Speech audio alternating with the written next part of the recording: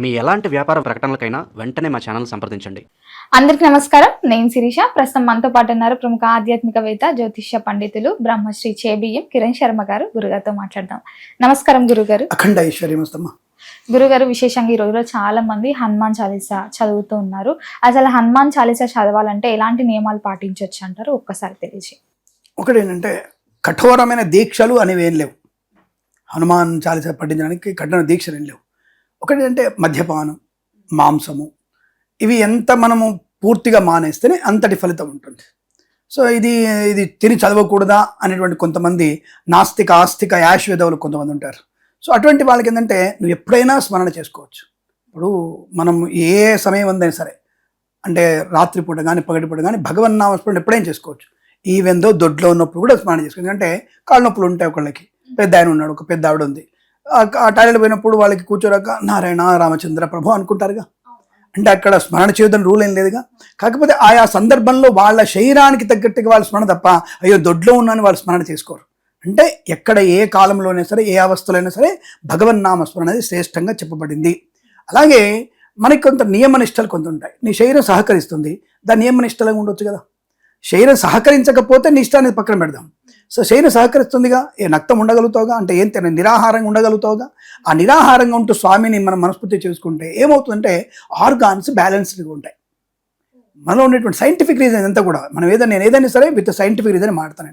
Organs ఎప్పుడైతే బ్యాలెన్స్గా ఉంటుందో, మనం చేసేటువంటి నెక్స్ట్ పని మనకి చైతన్యవంతంగా మనం చేసుకోగలిగే కెపబిలిటీ ఉంటుంది. మైండ్ అండ్ సోల్ రెండు కూడా పర్ఫెక్ట్గా మనకి సింక్ అయ్యి ఆ పని పూర్తి చేసుకునే అవకాశం. దానికి మంత్రం అనేది చాలా బాగా పనిచేస్తుంది. అది ఏ మంత్రమైనా సరే. సో ఇతర మతాల వాళ్ళ ప్రార్థనలు, yes of course, that is also is powerful. ఇప్పుడు ఒక ఇస్లాం మతంలో వాళ్ళు నమాజ్ చేసుకునేటువంటి విషయంలో అనుకూలంగా ఉంటుంది. క్రిస్టియన్స్ వచ్చేది ప్రార్థన చేసుకుంటే బాగానే ఉంటుంది. కానీ అది ఒక మంచి నిర్దిష్టమైన సమయంలో చేసుకునేటువంటి ప్రయత్నం చేయాలి.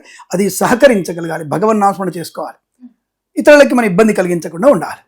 కాబట్టి మనం ఇప్పుడు హనుమాన్ చాలీసా పారాయణ అనేది ఒక పూర్తి స్థాయి నిబద్ధత అనేది, కఠినమైనటువంటి నియమాలు ఉంటాయి. అసలు ఏ నియమాలు కూడా అక్కర్లేకుండా చేసుకోవచ్చు. దానికి ముఖ్యంగా 12 నామాలు ఉంటాయి హనుమంతుడివి. అది ఎప్పుడు చదువుకోవచ్చు మనం. హనుమానంజనా సూను వాయుపుత్రో మహాబల రామేష్ట పల్గుణ సగ పింగాక్షు అమిత విక్రమణ ఉదధిక్రమణ శైవ సీతాశోక వినాశక లక్ష్మణ ప్రాణదాతాచ దశగ్రీవస్య దర్ప ద్వాదశైనా నామాని పడే ఎప్పుడైనా చదువుకోవచ్చు. అంటే ఎప్పుడే కాదు, స్వాపకాలే పఠే నిత్యం యాత్రాకాలే విశేషత తస్య మృత్యు భయం నాస్తి సర్వత్రా విజయీ భవేత్. ప్రయాణంలో కానీ, మరణ సమయం రాకుండానికి, మృత్యువుని జయించడానికి కానీ, అనారోగ్యంతో ఉన్నప్పుడు కానీ, పడుకునేటప్పుడు కానీ ఎప్పుడైనా ఈ 12 నామాలు చదువుకుంటే విశేషమైన పుణ్యఫలం కలుగుతుంది. హనుమాన్ అంజనాసురు, అంజనీ పుత్రుడా హనుమంతుడా అని చెప్పడం ఆ నామం యొక్క అర్థాలు. సో ఫల్గుణుడు అంటే ఎటువంటి భీతావైనటువంటి స్థితిని కూడా, వాయుపుత్రుడు కదా ఆయన, ఫల్గుణుడు అనేటువంటి అర్జునుని కూడా దారి చూపించేసి, అంటే ఒక సముద్రం లాంటి యుద్ధం, అనేక మంది దాన్ని చంపాలి ఆయన. కాబట్టి ఆ సమయంలో కూడా ఆ ఫల్గుణుడికి పైన ధ్వజంగా నిలబడ్డాడు. కాబట్టి అటువంటి హనుమంతుడిని ఎప్పుడు కూడా నువ్వు స్మరణ చేసుకోవచ్చు. సదా ఎప్పటే పరే నిత్యం, ఎప్పుడు కూడా ఆయన స్మరణ చేయడం వల్ల మంచి ప్రయోజనం పొందుకుంటాం, ధైర్యాన్ని పొందుకుంటాం. అది ఆడవాళ్ళు చేయొచ్చా, మగవాళ్ళు చేయొచ్చా, ట్రాన్స్జెండర్లు కూడా చేయొచ్చు. ఎందుకు చేయకూడదు అంటే వాళ్ళు మనుషులు కదా, కాబట్టి వాళ్ళు కూడా చేసుకోవచ్చు, ఆడవాళ్ళు కూడా చేయొచ్చు. మరి దీనికి నియమాలంటే, ఆడవాళ్ళకు ఉండేటువంటి ఋతువు సమయంలో చదవకపోవడం ఉత్తమం. మరి ఇందాక మీరు గురుగారు దొడ్లో కూడా మీరు నామస్మరణ చేసుకున్నారు కదా, మరి ఋతువు ఉన్నప్పుడు ఎందుకు చేసుకోవద్దు అంటే, భగవన్నామస్మరణ చేసుకోండి, అనాయాసం ఎప్పుడైనా చేసుకోవచ్చు. మనం కొన్ని శ్లోకాలకి కొన్ని సమయాల్లో అవి చదవకూడదు అనే విషయం. ఇప్పుడు మనం ఇది పక్కన పెడితే సైంటిఫిక్ వద్దాం. మనం సైంటిఫిక్ ఒక కంప్యూటర్ మీ ముందర ఉంది, ఒక కోడింగ్ రాయాలి మీరు. ఆ కోడింగ్లో అని చెప్తున్నాడు, ఆల్2 కంట్రోల్ వి బటన్, ఆల్2 కంట్రోల్ సి బటన్ నొక్కని చెప్పాడు తప్ప, నువ్వు ఆల్2 తీసుకొని జెడ్ కొడితే అది వస్తుందా? అంటే ఏదైతే కోడింగ్ కోసం ఏవైతే అక్షరాలు చెప్పారో దాన్ని కొడితే ఖచ్చితంగా వస్తుంది. అలాగే ఏ సమయ సందర్భాల్లో ఎటువంటిది మనం పాటించాలనేది ఋతువులప్పుడు ఆడవాళ్ళు కూడా చేయకూడదు. దానివల్ల ప్రయోజనం ఉండదు, నిష్ప్రయోజనం అవుతుంది. మన కంప్యూటర్లో అడ్డమైనటువంటి కేసు నొక్కితే హ్యాక్ అయిపోతుంది, లేదంటే దానివల్ల ఫ్రీజ్ అయిపోయి అది పనికి రాకుండా పోతుంది. దానికోసం మళ్ళీ ఒక ఐటీ ఆయన రావాలి, మళ్ళీ హార్డ్వేర్ ఆయన రావాలి, వచ్చి వాళ్ళు సెట్ చేసుకోవాలి. కాబట్టి ఇటువంటి విషయాలను మనం ఎట్టి పరిస్థితుల్లో కూడా సమయ సందర్భానుసారంగా చేసుకునేటువంటి ప్రయత్నాన్ని చేస్తే చాలా మంచి ప్రయోజనాన్ని పొందుకునే అవకాశం ఉంటుంది. కాబట్టి హనుమాన్ చాలీసా అనేది ఒక ధైర్యాన్ని, ఒక స్థైర్యాన్ని, ఒక అద్భుతమైనటువంటి ప్రయోజనాన్ని పొందుకోగలిగేటువంటి ఒక మంచి, అంటే ఒక రకమైనటువంటి పురాణాల కంటే కూడా ఒక అద్భుతమైనటువంటి ప్రయోజనాన్ని కలిగిస్తుందని చెప్పవచ్చు. ఎప్పుడైనా సరే సదా నువ్వు ఆ స్వామివారి హనుమాన్ చాలీసా పారాయణ చేసుకుంటే చైతన్య స్థితి, ధైర్యము, స్థైర్యము, శత్రునాశనము, శత్రు వశీకరణ శక్తి కూడా పొందుకుంటాం. శత్రు వశీకరణ శక్తి కూడా ఉంటుంది. అంటే శత్రువు మనకి వశీకరణ. అందుకే కదా దశగ్రీవుణ్ణి ఆయన వశం చేసుకున్నాడు. నిజం చెప్పాలంటే హనుమంతుడు లంకానాథుణ్ణి ఆ క్షణంలో చంపేయగలడు. ఆయన వెళ్ళి దూతగా వెళ్ళినప్పుడు హనుమంతుడు రావణ్ణి ఈజీగా చంపేయగలడు, చాలా ఈజీ. కానీ చంపలేదు. దూతగా వచ్చాను కాబట్టి బతికావురా నువ్వు కాదు, నీ సమస్త లంకా సామ్రాజ్యం నా తోకను కూడా ఏం పీకలేనటువంటి విషయాన్ని చెప్పే ఆ వాలానికి నిప్పు పెడితే మొత్తం లంకా దహనం చేసి వచ్చినాడు. లంకను దానం చేసిన వాడు దశగ్రీవుని చంపలేడమ్మా, ఆలోచించండి. కాబట్టి అక్కడ అటువంటి శత్రువుని వశీకరణ చేసుకున్నాడు. వశీకరణ చేసుకొని విభీషణి మాట ద్వారా దూతని చంపకూడదు మనం అని చెప్తే దూత ఇష్టమైన మాట అని చెప్పేసి అప్పుడు వాళ్ళకి నిప్పు పెడతారు, అంటే తోకకి, వాలానికి. కాబట్టి ఆ స్వామిని కనుక మనం పూజిస్తే జన వశీకరణ శక్తి, ఈ శత్రువుని వశీకరించుకునే శక్తి కూడా మనకి ఖచ్చితంగా ఉంటుందని చెప్పవచ్చును. కాబట్టి ఎప్పుడు చదవాలి? పొద్దున పూట చదవడం చాలా ఉత్తమం. అంటే ప్రాతకాలంలో చదివితే చాలా మంచి ప్రయోజనం. విద్యార్థి కూడా ఎంత పరీక్ష ఉన్నా సరే, అసలు సమయం లేదండి, పాలు తాగడానికి సమయం లేదండి, అక్కర్లేదు, వాడు పాలు తాగకపోయినా సరే హనుమాన్ చాలీసా పారాయణ చేయించండి. నవవ్యాకరణ పడినటువంటి ఆ యొక్క మహానుభావుడు, ఈశ్వరాంశలో పుట్టినటువంటి ఆ యొక్క హనుమంతుడిని తప్పకుండా మనం స్మరణ చేసుకుంటే నువ్వు రాబోయే పరీక్షలో నీకు బుద్ధిని బాగా కలిగిస్తాడు, ప్రెజెన్స్ ఆఫ్ మైండ్ బాగా ఇస్తాడు, ప్రెజెంటేషన్ బాగా ఇస్తాడు. కాబట్టి ఆ సమయంలో మన హనుమంతుడిని కూడా మనం స్మరణ చేస్తే విద్యా సంబంధ విషయాల్లో కూడా అనుకూలవంతమైన విజయాన్ని పొందుకునే అవకాశం ఉంటుంది. కాబట్టి సామూహికమైనటువంటి ఈ యొక్క హనుమాన్ చాలీసా పారాయణం అద్భుతంగా ప్రయోజనాన్ని కలిగిస్తుంది. అంటే దానికి ఒక వైబ్రేషన్స్ బాగా ఉంటాయి. హనుమాన్ చాలీసాకి ఒక బ్యూటిఫుల్ వైబ్రేషన్ ఉంటుంది. ఎంత దూరం ఆ శబ్దం కనుక పోతుందో అంతటి వరకు ఆ యొక్క సువిశాలమైనటువంటి ఎంతవరకు వెళ్ళిందో శబ్దం, అక్కడి వరకు కూడా చాలా మంచి ఉత్సాహవంతమైనటువంటి పర్యావరణం ఏర్పడుతుందని చెప్పవచ్చు. గురుగారు, చాలా వరకు చదవడానికి కొంచెం కఠినంగా అనిపిస్తూ ఉంటుంది కదా, విన్నా కానీ మనకి ఫలితం దక్కుతుందంటారా? ఇదంతా అబద్ధం. కఠినంగా కనిపిస్తుంది అనేది అబద్ధం. కఠినమైనటువంటి చికెన్ మసాలాలు వేసుకొని తినట్లే, అనేకమైనటువంటి మాంసాలు మనం వండుకొని తినట్లా, కఠినమైనటువంటి పదార్థాలను కడుపులో పంపించట్లా, మధుపానాన్ని లోపల పంపించట్లా, అది మంచిది కాదు, రోగం వస్తుందని చెప్పేసినా సరే మనం పెగ్గు మీద పెగ్గు వేసుకుంటూ ముక్కలు తినుకుంటూ చేసినటువంటి తప్పుగా అనుకోవద్దు. అది శరీరానికి నచ్చకపోయినా, శరీరం తీసుకోకపోయినా కుక్కుతున్నామే, అది మాత్రం ఈజీ అయిపోయిందా? మరి ఇది నాలుకని తిప్పగలిగేటువంటి శక్తి నీకు ఉన్నప్పుడు పలకరాని అక్షరమే లేదు. సనాతన ధర్మాన్ని పాటించేవాడికి పలకరాని అక్షరం ఉండదు. కాబట్టి ఏ అక్షరమైన పలకల శక్తి ఉంటుంది. నాకు నోరు తిరగదు అనుకోవడం అసమర్థుడి యొక్క మాట.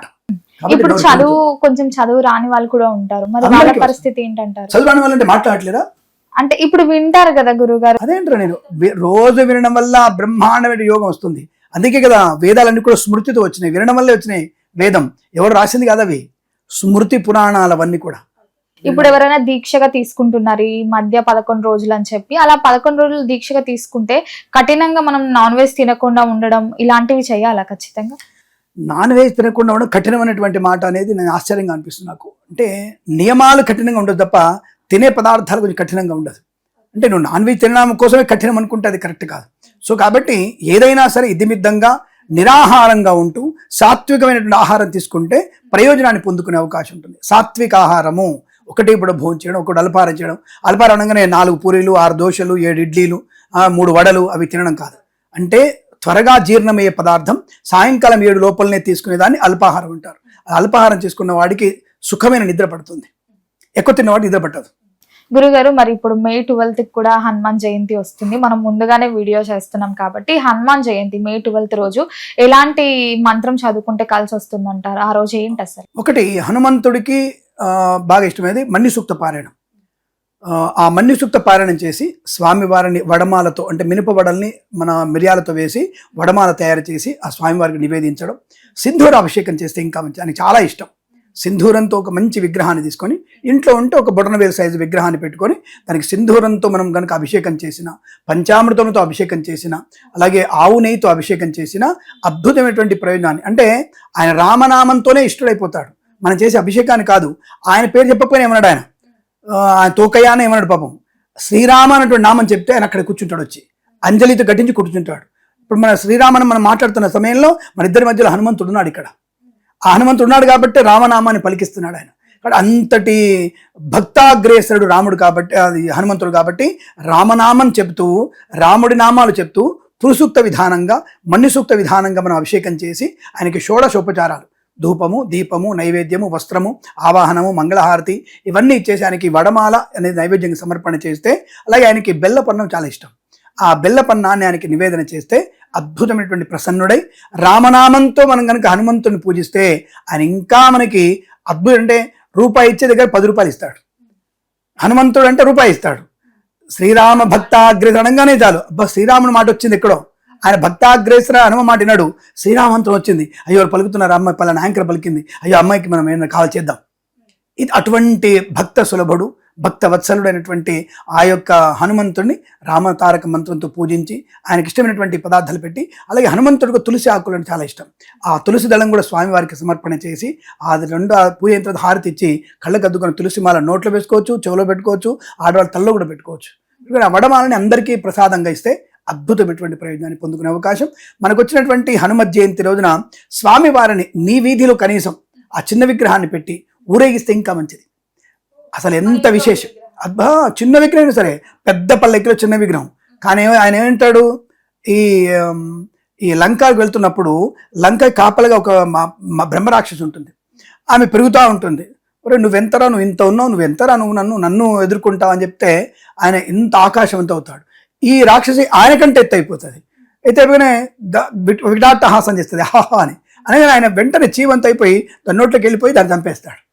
అంటే ఇంత ఉన్న ప్రభావవంతుడు, అద్భుతమైన ప్రభావాన్ని కలిగినవాడు, సూర్యునికి సాక్షాత్తుగా సూర్యుడి నుంచి తన వరాన్ని పొందుకున్నాడు కదా. కాబట్టి ఇంత కాదు అంత కూడా ఉండగలిగేటువంటి శక్తి ఆయన. కాబట్టి ఆయన చిన్న విగ్రహాన్ని పెద్ద పల్లెకిలో పెట్టి మనం ఊరేగించి ఆ సమయంలో రాముని శ్రీరామ శ్రీరామ అనుకుంటూ చేస్తే ఆ వీధి మొత్తం కూడా అద్భుతం. ఎంతటి ప్రభావమైనటువంటి ప్రమాదాలు వచ్చినా ఆ వీధి అద్భుతంగా ఉంటుంది. అలా ప్రతి వీధిలో చేస్తే, ప్రతి రాష్ట్రంలో ప్రతి జిల్లాలో చేస్తే, ఆ తారక రామనామంతుడితో హనుమంతుడు ఊరేగిస్తే దాని పేరే విజయోత్సవము, దాని పేరే హనుమత్ విజయోత్సవం, దాని పేరే హనుమంతుడి యొక్క రథయాత్ర అనుకోవచ్చు. కాబట్టి అట్లా మనం చేయగలిగితే ఇంకా అదృష్ట యోగం ఉంటుంది. వీధి తిరిగితే వాళ్ళు ఇంటారండి, పక్క మతం కూడా ఉన్నాడు, ఇంకో మతం కూడా ఉన్నాడు. వాడి మతం అంటే ఏంటిది? సనాధర్మంతో ఉన్నటువంటి మతం మనది, ఈ భూమి మనది మాత్రమే. మిగతా వాళ్ళందరూ కూడా వాళ్ళు వలసకు వచ్చారు. ఏదో ఎవడో చెప్తాడు, ఈ మధ్య కాలంలో క్రాస్ రాజులు ఎవరు చెప్తున్నారు, ఈ మధ్య రాముడు వలసకు వచ్చాడని చెప్పేసి. అటువంటి క్రాస్ రాజుకి తెలియదేమో, ఇది వరాహస్వామి భూమిది. ఈ భూమండల సమస్త భూమండలం వరాహస్వామిది. ఆ వరాహస్వామి ఎవరంటే సాక్షి విష్ణువుడు. ఆ విష్ణుమూర్తి ఎవరంటే రాముడే. ఆ రాముడి శిష్యుడే, రాముడు భక్తుడే హనుమంతుడు. అటువంటి హనుమంతుడిని మనం ఊరేగిస్తే విశ్వ కళ్యాణంగా ఇంకేం జరుగుతుందో ఆలోచించండి. కాబట్టి ఇతర అడ్డమైన వాళ్ళు చెప్పేటువంటి మాటలు నమ్మకుండా మనకున్నంత వరకు మన వీధిలో మనం తిరగలిగితే, ఎవరు లేరండి నేను ఒక్కదానివి తిరుగు, నెత్తిన బుట్ట పెట్టుకొని హనుమంతుని పెట్టుకొని శ్రీరామ జయ రామ జయ జయ రామ రామ హనుమంతుడిని ఒక్కదాన్ని తిరుగు, నువ్వు ఒక్కడివే తిరుగు. నీతో పాటు 2వ రోజుకి 3 వస్తారు, 5వ రోజుకి 10 మంది వస్తారు. నెక్స్ట్ నీకు హనుమత్ జయంతి కల్లా 1000 మంది పోగవుతారు. కానీ ఒక్కడుగు మనం వేయలేకపోతున్నామే. సినిమా చెప్తారు, ఒక సినిమాలో ఉంటుంది డైలాగ్ ప్రభాతి, ఒక్క అడుగు అని. అలా మనం ఒక్కడుగు మనం ముందుకు ఎత్తే చాలు, మన ఎంబడి అందరూ కూడా వస్తారు. ఆ హనుమంతుడు నువ్వెందుకు కాకూడదు? అటువంటి హనుమంతుడు ఒక్కడే వెళ్ళి కదా లంకని ఇబ్బంది పెట్టొచ్చాడు, నువ్వెందుకు కాకూడదు? అటువంటి శక్తిని, ప్రయోజనాన్ని, జ్ఞానాన్ని, ధైర్యాన్ని ఇచ్చేవాడు హనుమంతుడు. కనుక మనం హనుమత్ మనకి జయంతి రోజున తప్పకుండా ఆ స్వామిని విధంగా పూజించి ఆయన కనుక మనం కోరిన కోరికలు కోరుకుంటే తప్పకుండా తీరుస్తాడు. ధర్మబద్ధమైన సుమ, అడ్డమైనవి తీర్చాడు ఆయన. గురుగారి మొత్తం మీద మాకు తెలియని ఎన్నో మంచి విషయాలు తెలియజేసినందుకు ధన్యవాదాలు. శుభమస్తు.